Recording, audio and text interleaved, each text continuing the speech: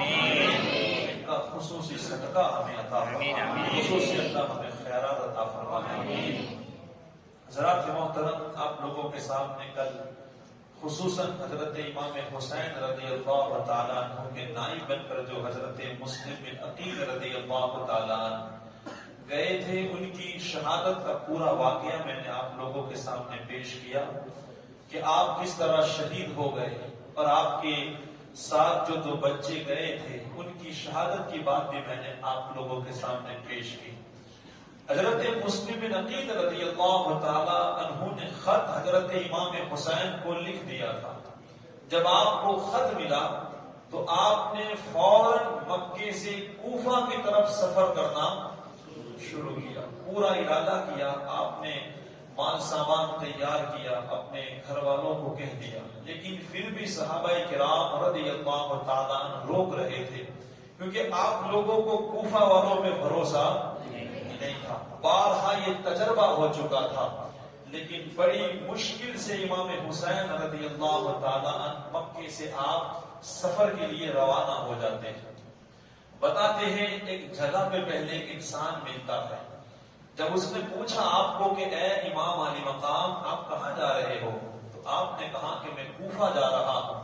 اس انسان نے بھی حضرت امام حسین رضی اللہ تعالیٰ عنہ کو منع کیا کہ آپ نہ جائیں، ان لوگوں کا دل آپ کے ساتھ ہے لیکن ان کی تلواریں آپ کے ساتھ نہیں ہوگی، وہاں آپ کا کوئی دوست نہیں ہے، آپ نہ جائیں، مہربانی کرے اپنے قبیلے والوں کو مشکل میں نہ ڈالے، آپ وہاں نہ جائیں، وہاں آپ کا کوئی نہیں ہے۔ حضرت امام حسین رضی اللہ تعالیٰ اتنا کہہ کے آگے گزر گئے کہ اللہ بہترین تدبیر کرنے والا ہے، آپ وہاں سے آگے نکل گئے۔ تھوڑا آگے جاتے ہیں، ایک اور بندہ ملتا ہے، اس نے بھی حضرت امام حسین کو یہی کہا کہ آپ آگے نہ جائیں، کوفہ والے آپ کا ساتھ نہیں دیں گے، آپ مشکلوں میں گھر جائیں گے، آپ اپنے اوپر رحم کھائے، آپ نہ جائیں۔ لیکن حضرت امام حسین رضی اللہ تعالیٰ عنہ نے ان سے بھی یہی کہا، اللہ تبارک و تعالیٰ بہترین فیصلہ کرنے والا ہے۔ اس کے بعد آپ وہاں سے اور آگے جاتے ہیں، تھوڑا آگے جانے تھا، آپ نے کیا کیا، آپ کے ساتھیوں میں ایک ساتھی تھے حضرت قیس رضی اللہ تعالیٰ عنہ۔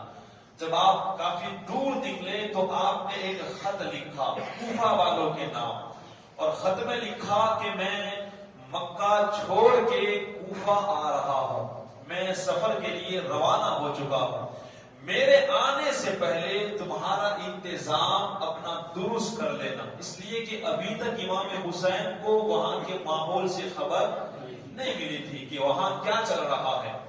آپ نے یہ خط دے کر کے حضرت قیس رضی اللہ تعالیٰ عنہ کو بڑی تیزی کے ساتھ روانہ کیا۔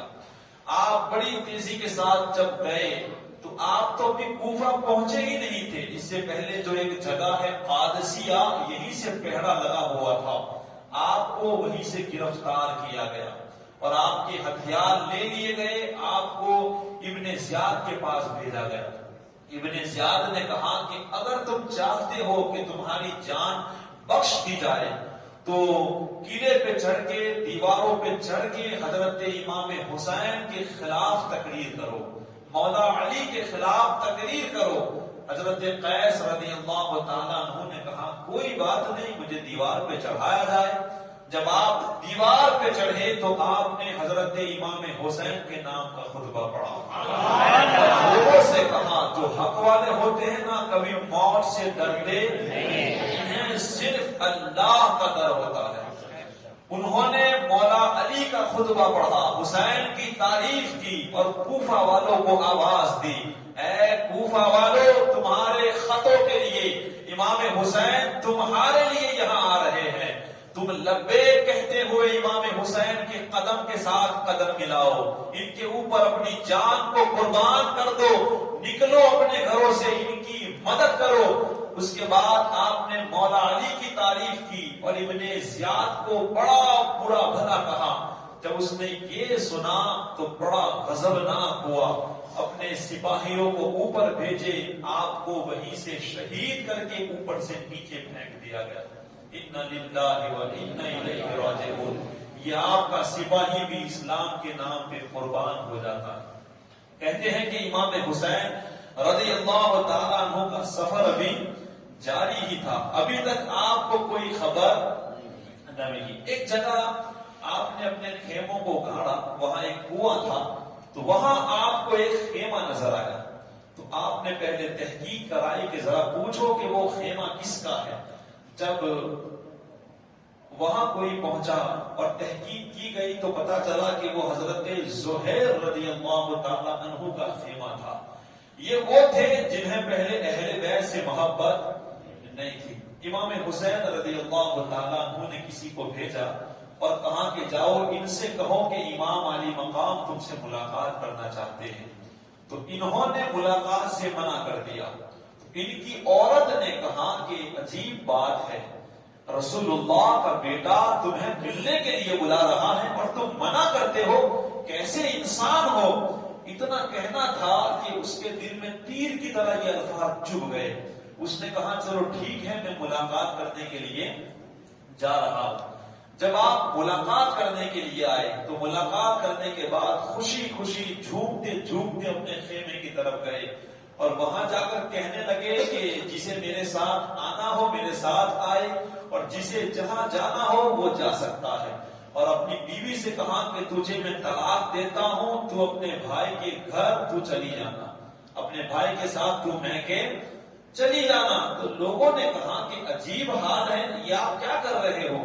تو انہوں نے کہا ایک جنگ میں حضرت سلمان فارسی رضی اللہ تعالیٰ عنہ کے ساتھ تھا، تو وہاں اس وقت ہمیں فتح ملی، بے شمار سونا چاندی مال غنیمت ملا، ہم بڑے خوش ہوئے، بہت خوش ہوئے. تو حضرت سلمان فارسی رضی اللہ تعالیٰ عنہ نے اس وقت بتایا کہ بڑی خوشی ہو رہی ہے. کہا ہاں.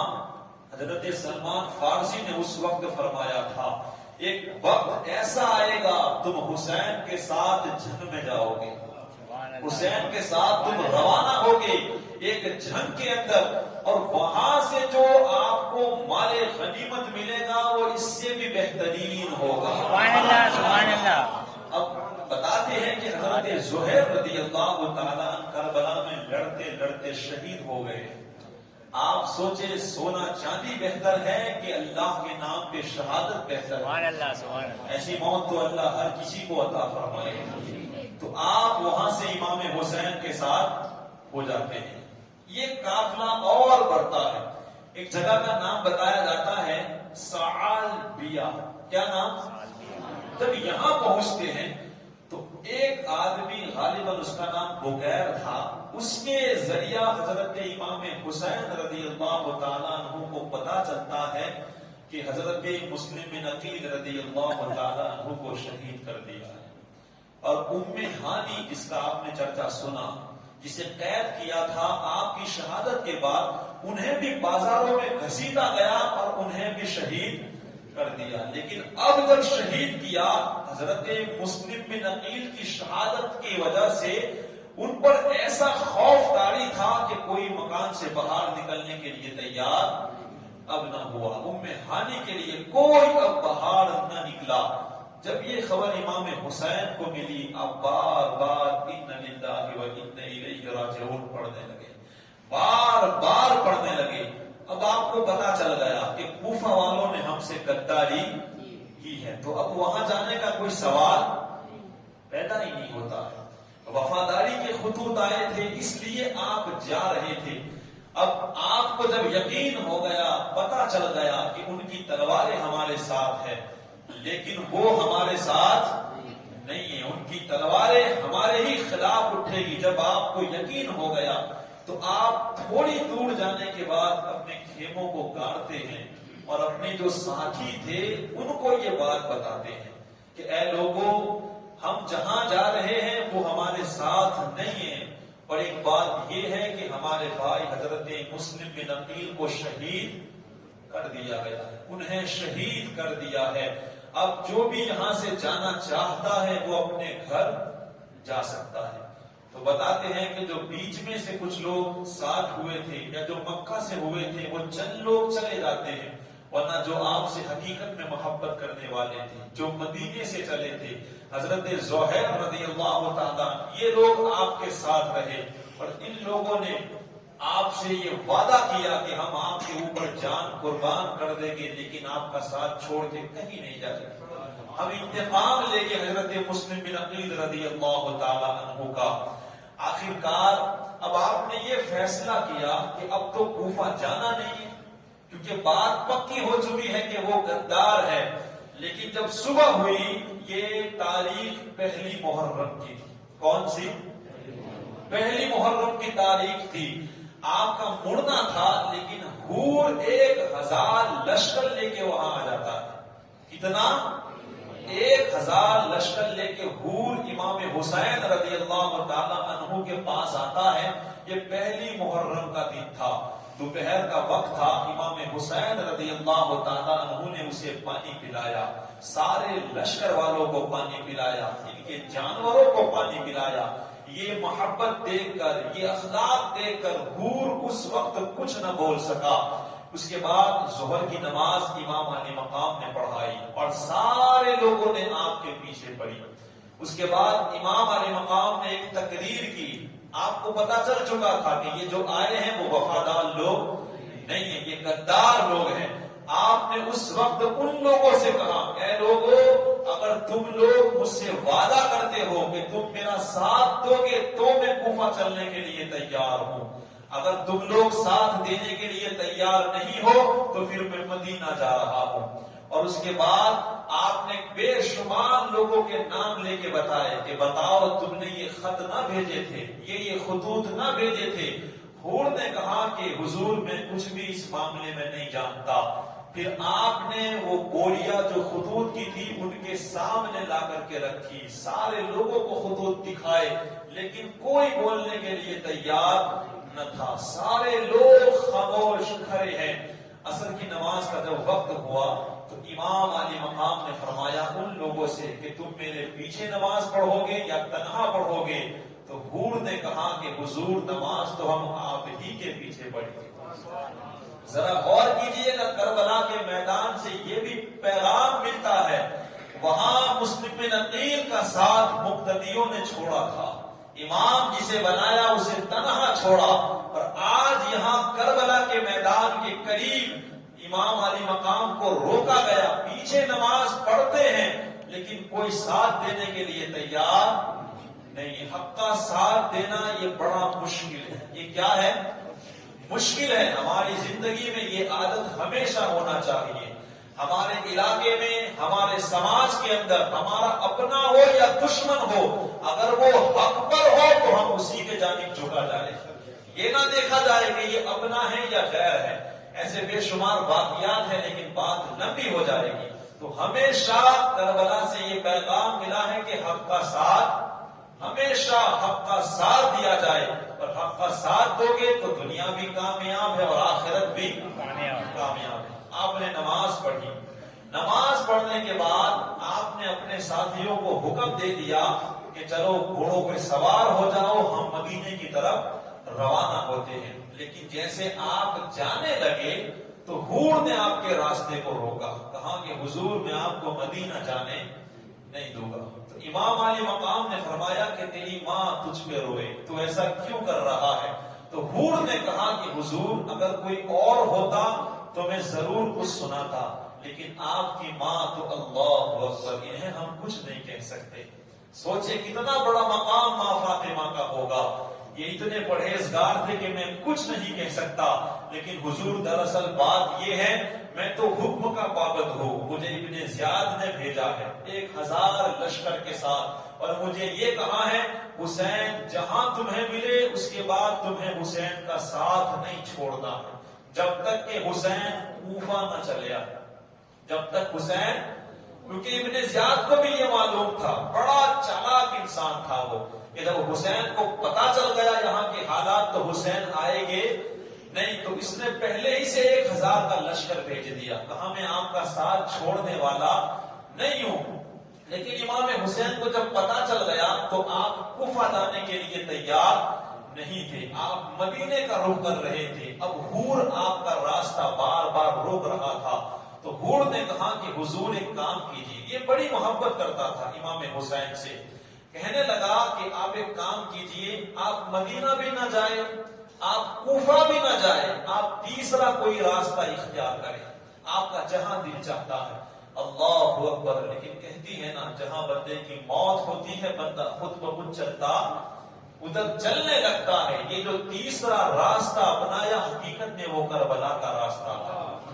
آپ اس طرف جانے لگے، ابھی تھوڑی دور گئے تھے، ایک سوار آتے دکھائی دیا. ایک سوار آنے لگا اور وہ سیدھا جا کر کے حور سے ملا. اس نے ایک خط دیا جو ابن زیاد کی طرف سے آیا ہوا تھا. جب وہ خط کھولا گیا تو اس میں لکھا تھا کہ حسین کو ایک چٹیل میدان میں روکا جائے، جہاں ان کو پانی بھی نہ ملے، جہاں ان کو دانا نہ ملے، کوئی مدد نہ ملے، ایسے میدان میں امام حسین کو روکو. حور نے وہ خط امام حسین کو دکھایا کہ اے امام علی مقام، دیکھے ابن زیاد کا تو یہ خط آیا ہے کہ آپ کو ایک میدان میں روکا جائے. اس وقت حضرت زہیر رضی اللہ تعالیٰ جو بیچ میں سے ساتھ ہوئے تھے، آپ تو 72 ہیں، سامنے 1000 ہیں، لیکن آپ فرماتے ہیں اے امام علی مقام، آپ اجازت دیں، ان کو مارنا تو بڑا آسان کام ہے، بڑا آسان ہے. آپ اتنے بہادر ہو گئے یہ لوگ. کیا کہتے ہیں؟ آپ اجازت دیں، ان کو مارنا بڑا آسان ہے، یہ چند لوگ ہیں. لیکن امام علی مقام نے فرمایا کہ ہماری طرف سے جنگ کبھی بھی شروع نہیں کی جائے گی. آپ نے اجازت نہیں دی. آخرکار آپ اور چلنے لگے. تھوڑا چلے تھے، ایک میدان آیا، وہی حور کے سپاہیوں نے راستے کو روکا. امام علی مقام نے فرمایا ذرا یہ تو بتاؤ کہ اس میدان کا نام کیا ہے؟ لوگوں نے کہا اسے کرب و بلا کہتے ہیں. اتنا سننا تھا. امام علی مقام نے اپنے ساتھیوں سے کہا کہ یہاں خیمے گاڑ دو، یہاں گھوڑوں پہ اتر جاؤ، یہ وہ جگہ ہے جہاں ہمارا خون بہایا جائے گا. پہلے ہی سے یہ بات تو بڑی مشہور تھی، لیکن اللہ والے کبھی مرنے سے نہیں کرتے. انہیں ڈر صرف اللہ کا ہوتا ہے. آخرکار مختصر خیمے گاڑ دیے گئے. تمام سپاہی لوگ اتر جاتے ہیں. ادھر ابن سعد وہ 4000 لشکر لے کر کے رے کی حکومت کے لیے وہاں جنگ کے لیے روانہ ہو رہا تھا. کون؟ ابن سعد. ذرا دیکھیں یہ دولت، یہ دنیا، یہ عہدے کتنی بری چیز ہوا کرتی ہے. کبھی کبھی انسان اپنی آخرت کو بھی بھول جاتا ہے یہ لالچوں کے لیے. حضرت سعد بن ابی وقاص رضی اللہ تعالیٰ، اللہ اکبر، یہ ایسے صحابی رسول ہے جن کو حضور نے دنیا ہی میں جنت کی بشارت دی. کتنا بڑا مقام اللہ نے دیا. عشرہ مبشرہ جو کہا جاتا ہے ان کے اندر ان کا نام آتا ہے، لیکن کربلا کے میدان میں انہی کا بیٹا امام حسین کے خلاف کھڑا ہوا تھا. ذرا سنیے، عہدے کتنی بری چیز کبھی ہوا کرتی ہے، مال و دولت. تو ابن زیاد نے خط بھیجا کس کو؟ ابن سعد کو، اس صحابی رسول کے بیٹے کو. وہ 4000 لشکر لے کر کے رے کی حکومت کے لیے جا رہا تھا. ابن زیاد نے اسے خط بھیجا کہ تو 4000 کا لشکر لے کے پہلے کربلا چلا جا. امام حسین کا معاملہ جب نبٹ جائے اس کے بعد تو جانا، پہلے تو وہاں جا کے امام حسین سے جھنگ کر. اتنا سننا تھا کہ وہ بڑا پریشان ہوا، کیونکہ وہ جانتا تھا امام حسین سے جنگ کرنا کوئی آسان نہیں. اپنی آخرت کو اجاڑ دینا ہے، اپنے دین کی بربادی ہے. اس نے پہلے تو منع کیا کہ نہ تو مجھے یہ کام نہ سونپ، یہ کام مجھ سے نہیں ہوگا. ابن زیاد نے کہا اچھا اگر تجھ سے نہیں ہو سکتا تو میں کسی اور کو مسلط کر دیتا ہوں اور تو رے کی حکومت کو بھول جا. اتنا سننا تھا کہ وہ کہنے لگا چلو کوئی بات نہیں، مجھے سوچنے کی مہلت دو. اس نے 1 دن کی مہلت مانگی. اس کے بعد وہ خود جنگ کرنے کے لیے تیار ہو گئے.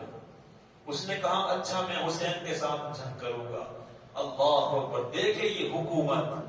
اس کے بعد وہ 4000 کا لشکر لے کر کے کربلا روانہ ہوتا ہے. 1000 پہلے ہی سے تھا، 4000، 5000 لوگ یہاں ہو گئے. اب لکھا جاتا ہے کہ ابن زیاد تو اتنا گھبرایا ہوا تھا کہ وہ لشکر دھیرے دھیرے بھیجتا گیا یہاں تک کہ 22,000 کا لشکر اکٹھا ہو گیا. کتنا ہزار؟ صرف آپ سوچیں یہ کوئی جنگ ہوتی ہے، ایک کے مقابلے میں 1000 سے بھی زیادہ. لیکن کہتے ہیں نا باطل ہمیشہ خوف کھاتا رہتا ہے، حق سے باطل ہمیشہ خوف کھاتا ہے. 22,000 کا لشکر اکٹھا ہو جاتا ہے.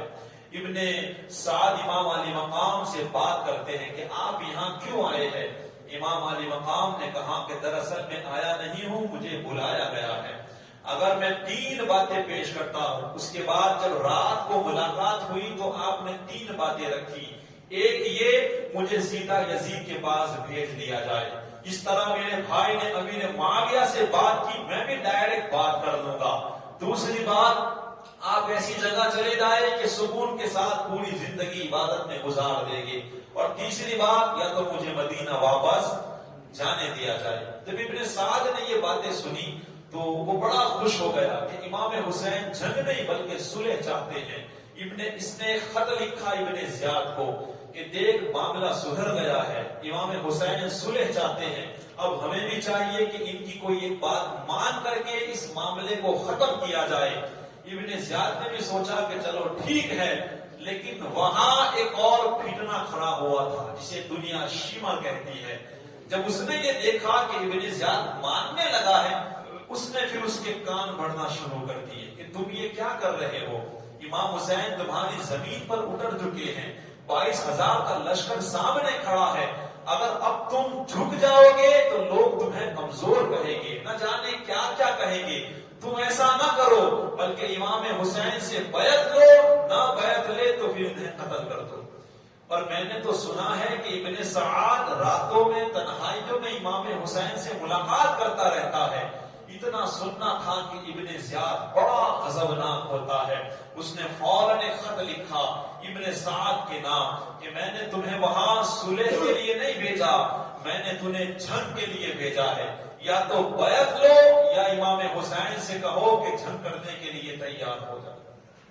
اور اگر تم یہ نہیں کر سکتے، میں شمر کو بھیجتا ہوں، سارا لشکر اس کے حوالے کر دیا جائے.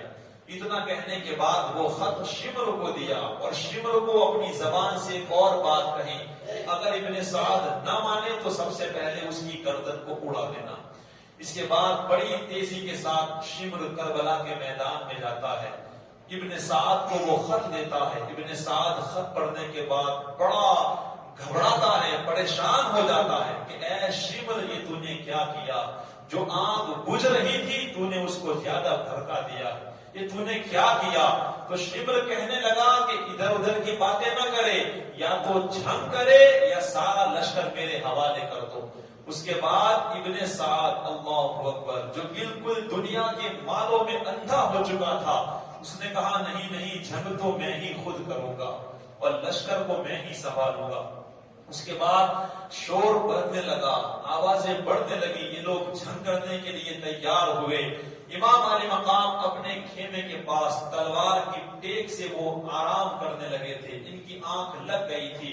حضرت زینب رضی اللہ تعالیٰ عنہ نے خیمے کے اندر سے آواز دی، اے میرے بھائی، آواز بڑھ رہی ہے، وہ لوگ ایسا لگ رہا ہے جیسے ہمارے قریب آ رہے ہیں، ذرا دیکھیں کیا بات ہے.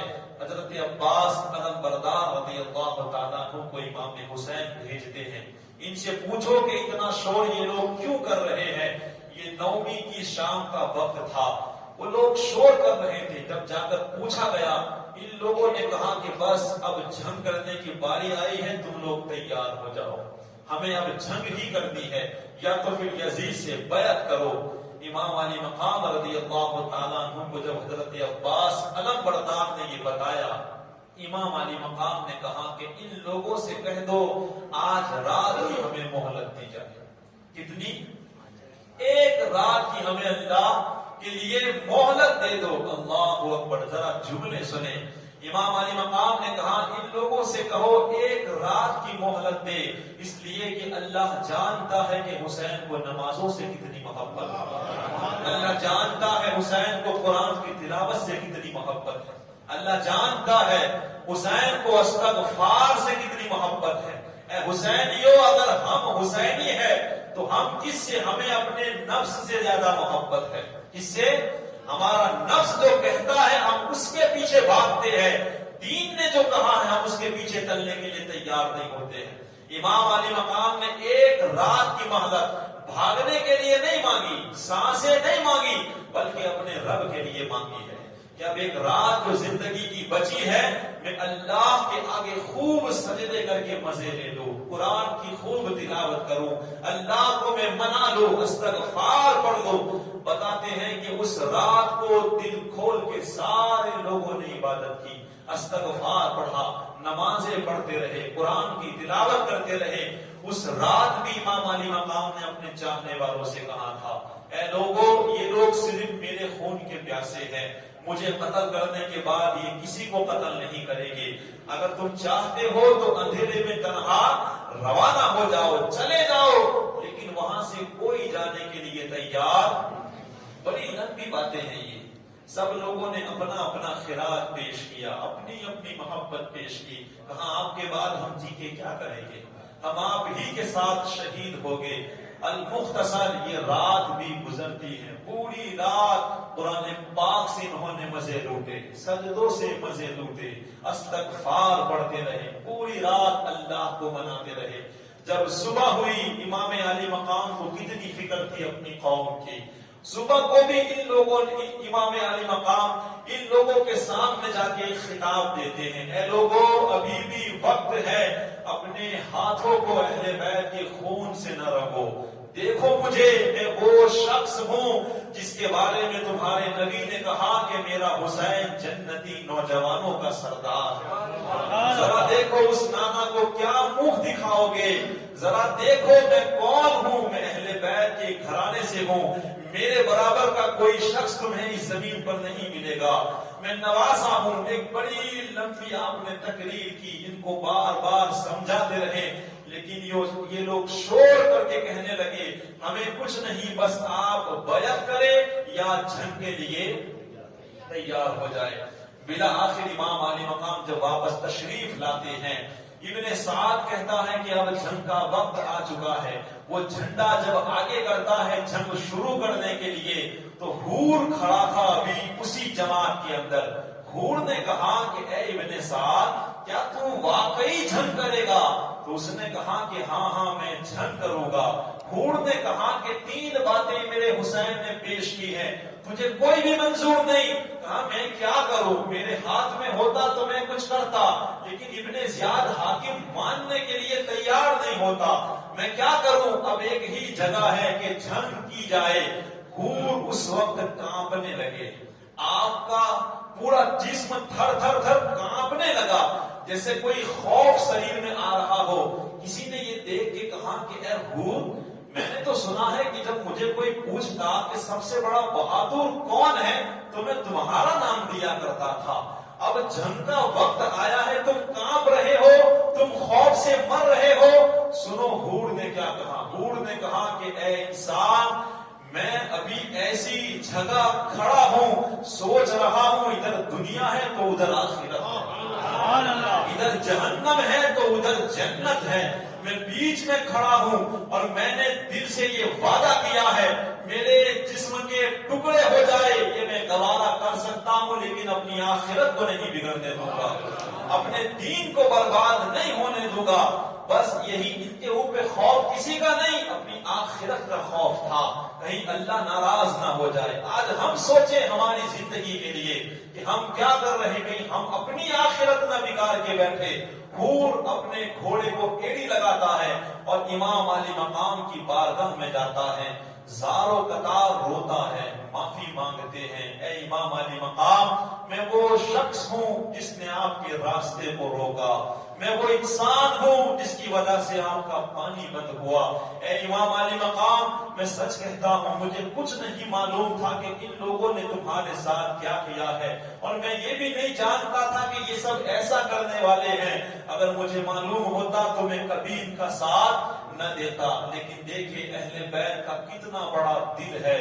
امام علی مقام فرماتے ہیں اے حور گھبرا مت، تو دنیا اور آخرت میں آزاد ہے، تو آزاد ہے۔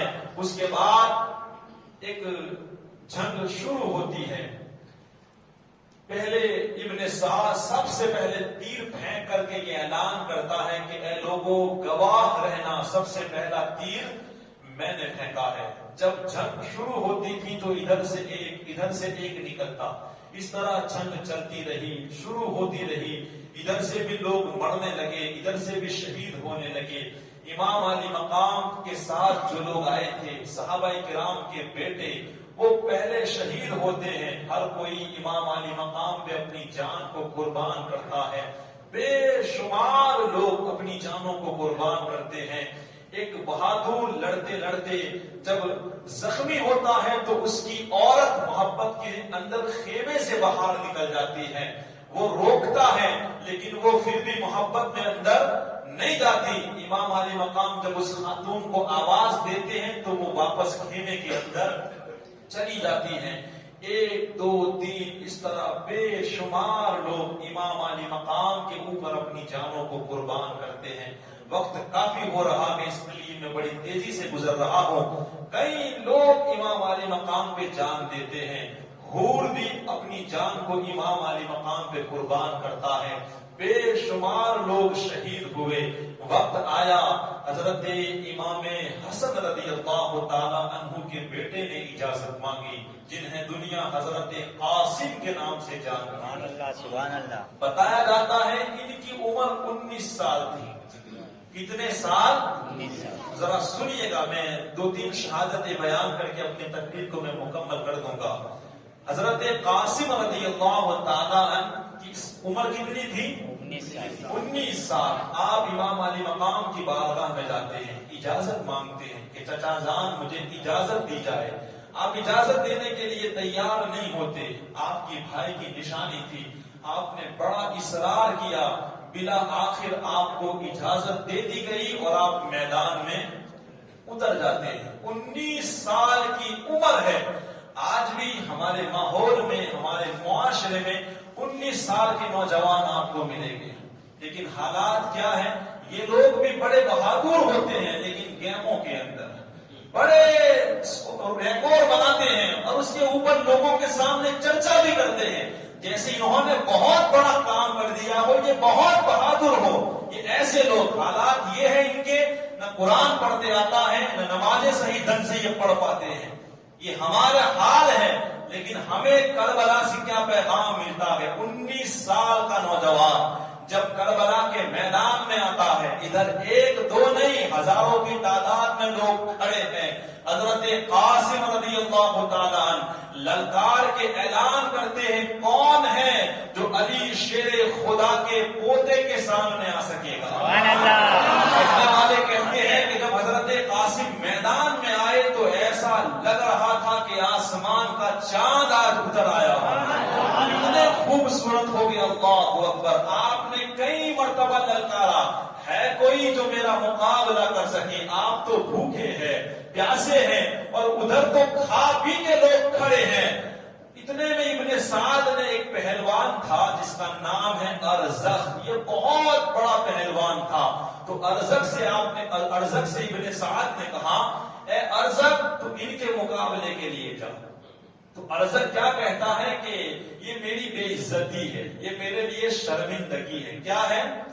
شرمندگی۔ میں اتنا بڑا پہلوان اور یہ چھوٹے 19 سال کے بچے، میں ان کے مقابلے میں نہیں جا سکتا۔ ابن سعد نے کہا، انہیں تو چھوٹا نہ سمجھ، یہ حسن کے بیٹے اور فاتح خیبر کے پوتے ہیں، جسم میں علی کا خون دوڑتا ہے، یہ معمولی نہیں۔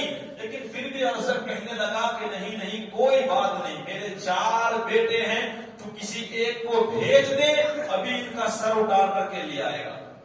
ایک کو بھیجا گیا۔ جب وہ گیا امام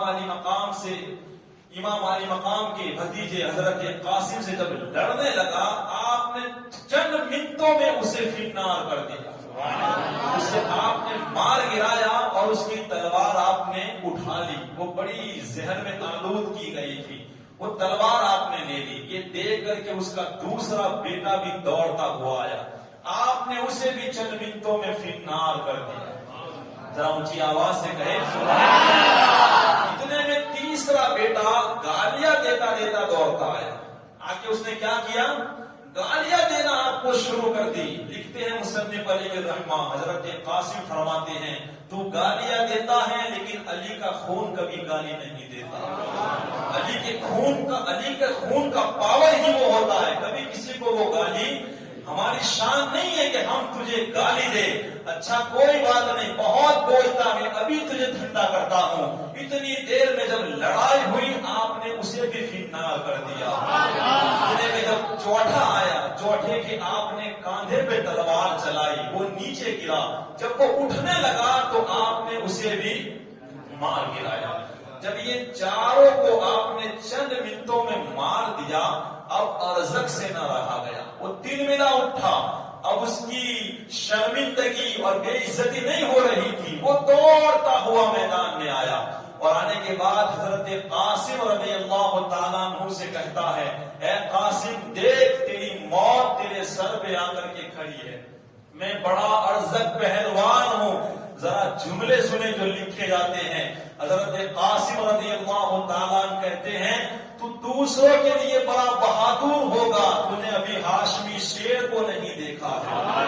تیرا پالا ابھی ہاشمی شیر سے نہیں پڑا ہے. سن تیری حیثیت دوسروں کے لیے بہادر ہے. تیری حیثیت میرے سامنے ایک مچھر اور مکھی کے برابر بھی نہیں ہے. اتنا سننا تھا کہ وہ آنکھ بگولا ہو گیا اور آپ کے منہ پہ وار کرنے لگا. اس نے پہلے نیزے سے وار کیے، آپ نے بھی نیزے سے کافی وار چلے. وہ روکتا رہا، آپ روکتے رہے. اس کے بعد جب اس نے فوراً اپنی تلوار نکالی تو حضرت قاسم رضی اللہ تعالیٰ عنہ نے بھی اپنی تلوار کو سنبھال لیا. جب حضرت قاسم نے اپنی تلوار کو نکالا وہ تلوار اس کے بیٹے کی تھی. کس کی تھی؟ آپ نے پہلے اٹھا لی تھی. جب ارزق نے دیکھا کہ یہ تو میرے بچے کی تلوار ہے وہ کہنے لگا کہ یہ تلوار تو میرے بیٹے کی ہے. حضرت قاسم رضی اللہ تعالیٰ عنہ مسکرا پڑے. ذرا مسکرا کے کہے کیا مقام ہے، حالات کیسے ہیں لیکن آپ مسکرا رہے ہیں. مسکرا کر کے آپ نے ارشاد فرمایا تجھے نہیں معلوم تیرا بیٹا مجھے تحفے میں دے کے گیا ہے کہ میرا باپ ابھی جب آئے گا اس کو جلدی میرے ساتھ جہنم میں بھیج دینا. اتنا سننا تھا کہ وہ آنکھ بگولا ہو گیا. آپ کے اوپر جیسے ہی وار کرنے گیا حضرت قاسم نے ارشاد فرمایا اے ارزق میں تو تجھے بڑا پہلوان سمجھتا تھا، تجھے تو گھوڑے کی زین باندھنا بھی نہیں آتی ہے. وہ جھک کر کے جب دیکھنے گیا تو موقع دیکھ کر آپ نے اس کے سر کو تن سے الگ کر دیا. اس کے بعد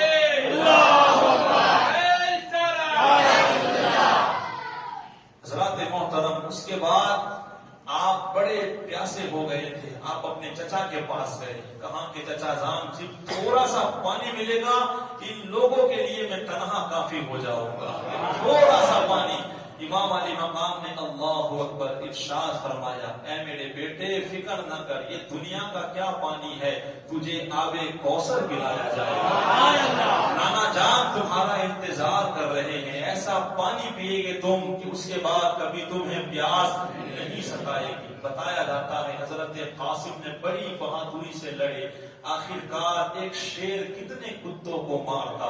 27 سے زیادہ آپ کے اوپر زخم آئے، آپ زمین پہ گر گئے. امام علی مقام کو آواز دی، آپ تیزی کے ساتھ دوڑے، اپنی گود میں سر رکھا اور حضرت قاسم نے آنکھیں کھولی اور آپ شہید ہو گئے. ان للہ و انا الیہ راجعون. حضرات محترم حضرت عباس علم بردار رضی اللہ تعالیٰ عنہ کی بات کرے. آپ نے امام علی مقام سے بڑا اصرار کیا کہ آپ مجھے اجازت دے، اب مجھے حضرت سکینہ اور علی اصغر کی پیاس نہیں دیکھی جاتی، مجھے اجازت دے آپ میں جاؤں اور پانی لے کر کے آؤں. بڑی مشہور بات ہے. آپ گئے پانی لینے کے لیے. امام علی مقام کہنے لگے تم جا تو رہے ہو لیکن کہیں ایسا نہ ہو کہ تمہیں شہید کر دے، تم واپس نہ آئے، تم نہیں آئے گے تو میرا علم کون اٹھائے گا. لیکن حضرت عباس کو اجازت ملتی ہے. آپ جب جانے لگے بڑی ہمت کے ساتھ، بڑی بہادری کے ساتھ آپ صفوں کو چیرتے ہوئے فرات تک تو پہنچ گئے، آپ نے پانی بھرا، اور جب واپس آنے لگے تو چاروں طرف سے ان لوگوں نے گھیرا کہ ایک قطرہ بھی حسین کے خیمے تک نہ جانا چاہیے۔ المختصر آخر کار ایک بدبخت نے پیچھے سے آپ کے ایک بازو کو کاٹ دیا، آپ نے فوراً مشکیزہ اور تلوار دوسرے ہاتھ میں تھما لی، لڑتے لڑتے آپ کا دوسرا بازو بھی جب کٹا، آپ نے وہ مشکیزہ اپنے منہ میں لیا، منہ میں لینا تھا، ایک بدبخت نے ایسا تیر مارا کہ آپ کا مشکیزے کا پورا پانی گر جاتا ہے۔ اس کے بعد چاروں طرف سے آپ کو گھیر کے بڑا زخمی کر دیا، آپ گھوڑے سے نیچے آتے ہیں، امام علی مقام کو آواز دیتے ہیں، امام علی مقام تیزی کے ساتھ جب آپ کے پاس تشریف لاتے ہیں، آپ کا سر اپنی گود میں رکھتے ہیں، اور آپ بھی اس دنیا کو چھوڑ کر کے چلے جاتے ہیں، آپ بھی شہادت کا جام پی لیتے ہیں، اِنَّ لِلَّهِ وَإِنَّا إِلَيْهِ رَاجِعُونَ۔ ایسے ایک ایک کر کے تمام لوگ شہید ہوتے جاتے ہیں۔ حضرت علی اکبر ہے، علی اصغر ہے، انشاءاللہ ان کا کل ذکر کیا جائے گا، کافی وقت ہوا ہے۔ یہ بھی دیکھیے گا کہ یہ نوجوان 18 سال کے ہیں لیکن کیا بہادری سے لڑتے ہیں۔ اللہ سے ہم یہی دعا کرتے ہیں کہ اللہ تعالیٰ ہمیں بھی ان کی بہادری کے کچھ چھینٹے عطا فرمائے، ہم بھی اپنے حق کے لیے لڑ سکے۔ اس دنیا میں ہمیں چاہیے بس یہی پیغام ہوتا ہے کہ اپنی آخرت کو سنوار دے، ایسی زندگی نہ گزارے کہ کل قیامت کے دن حسین کو ہم منہ دکھانے کے لائق نہ ہو، ایسی زندگی نہ گزارے کہ کل قیامت کے دن ہمیں شرمندہ ہونا ہو۔ ان لوگوں نے ایسی زندگی گزاری ہے کہ شہید ہونے کے باوجود بھی آج پورا زمانہ ان کا ہے، شہید ہو گئے لیکن پھر بھی زمانہ گاتا ہے۔ تو جو بندہ حق کے لیے مرتا بھی ہے مگر ہمیشہ کے لیے وہ زندہ ہو جاتا ہے۔ تو زندہ ہے واللہ، تو زندہ ہے واللہ، میری چشم آدم سے چھپ جانے والے، استغفر اللہ ربی من کل ذنب واتوب الیہ وما علينا الا البلاغ۔ السلام علیکم ورحمۃ اللہ۔